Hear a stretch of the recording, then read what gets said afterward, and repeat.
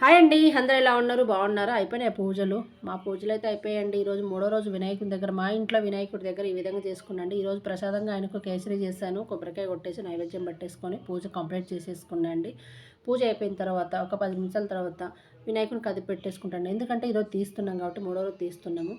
సాయంత్రం వరకు ఉంచేసి సాయంత్రంగా తీసుకొని చక్కగా మనం, ఎందుకంటే ఇప్పుడు కదిపేసామనుకోండి, ఇప్పుడు ఏ టైం అయినా తీసి పెట్టేసుకోవచ్చు. నేను ఇప్పుడైతే కదిపేసి దీపాలు కొండెక్కాక చక్కగా పత్రి మొత్తం బ్యాగులో పెట్టుకొని వినాయకుని ప్లేట్లో పెట్టేసి కింద అయినా పెడదామా లేకపోతే మొక్క పెట్టుకుందామని చూస్తున్నాండి. చూడాలి, ఏదైనా మంచి పూల మొక్క పెట్టుకొని ఆ నిత్య పూలు పూజకు పనికొచ్చేలాగా అని చూస్తున్నా. చూడాలి మరి ఏం చేస్తాం అప్పటికల్లా.